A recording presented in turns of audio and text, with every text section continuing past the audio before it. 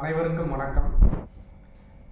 இந்த காணொளியானது உங்களுடைய உடல் ஆரோக்கியத்தில் முக்கியமான சில தகவல்களை உங்களுக்கு வழங்கும் என்ற நம்பிக்கையிலே உங்களுடன் பகிர்ந்து கொள்கிறேன். ஏனென்றால் மிக சமீபமாக உடல் ஆரோக்கியம் சம்பந்தமாக எங்களில் கிடைத்திருக்கும் சில தகவல்களை அடிப்படையாக கொண்டு இந்த காணொளியை வாயிலாக அனைவருக்கும் அதை பகிர்ந்து கொள்ள வேண்டும், அனைவரும் உடல் நலம் பெற வேண்டும் என்ற நல்லெண்ணத்திலே இந்த காணொளியை பகிர்கின்றேன். நோயற்ற வாழ்வே குறைவற்ற செல்வம் என்ற பழமொழி உண்டு. இந்த குறைவற்ற செல்வம் என்பது இப்பொழுது பெரிய கேள்விக்குறியாகியுள்ளது. ஏனென்றால் அடிப்படையாக நமது உடல் அணுக்கள் எனப்படும் செல்களால் ஆனது. அந்த செல்களுக்கு தேவையான சத்துக்கள் 3 வகையில் கிடைக்கின்றன: நீர், உணவு மற்றும் காற்று. இந்த 3மே தற்போது உள்ள பல்வேறு காரணங்களினால் மிகவும் மாசு அடைந்துள்ளது.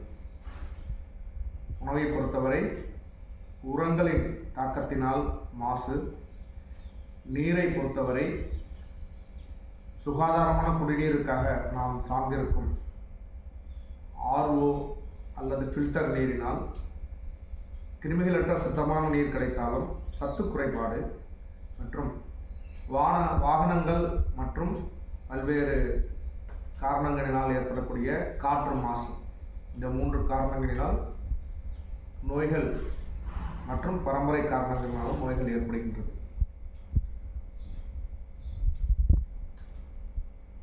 ஆனால் நோய்கள் ஏற்படும் பொழுது இப்பொழுது ஏற்பட்டிருக்கின்ற விஞ்ஞான வளர்ச்சி மற்றும் தொழில்நுட்ப புரட்சியின் காரணமாக நோய்களை அறிவதில் மிகப்பெரிய முன்னேற்றம் அடைந்திருக்கின்றோம். ஆனால் நோய்களை கையாளுவதிலும் தீர்த்து கொள்வதிலும் ஏற்பட்டிருக்கின்ற இடைவெளி, அதாவது நோயை கண்டறிவதிலும் சிகிச்சை முறையிலும் ஏற்பட்டிருக்கின்ற இடைவெளி என்பது யாருக்கும் உணராத ஒரு விஷயமாக இருக்கின்றது. ஏனென்றால் நோயை கட்டுக்குள் வைத்திருப்பதே முழுமையான சிகிச்சை, இதற்கு மேல் வாய்ப்பே இல்லை என்ற நம்பக்கூடிய அளவிலே ஒரு சூழ்நிலை ஏற்பட்டிருக்கின்றது. ஆனால் நோயை கட்டுக்குள் வைத்திருக்க நாம் சாப்பிடும் மருந்துகளினால் ஏற்படக்கூடிய பக்க விளைவுகளே பல புதிய நோய்களுக்கு காரணமாக இருக்கின்றது என்பதையும் நாம் உணர தவறி இருக்கின்றோம். ஆதலினால் பத்தியமில்லாத, பக்க விளைவுகள் இல்லாத, ஒரு குறிப்பிட்ட கால அளவிற்கு பிறகு எந்தவித மருந்துமே தேவையில்லாத ஒரு சிகிச்சை முறையினை, பாரம்பரியமான சிகிச்சை முறையை பற்றி தெரிந்து கொள்ள அனைவரையும் அழைக்கின்றேன். நன்றி, வணக்கம்.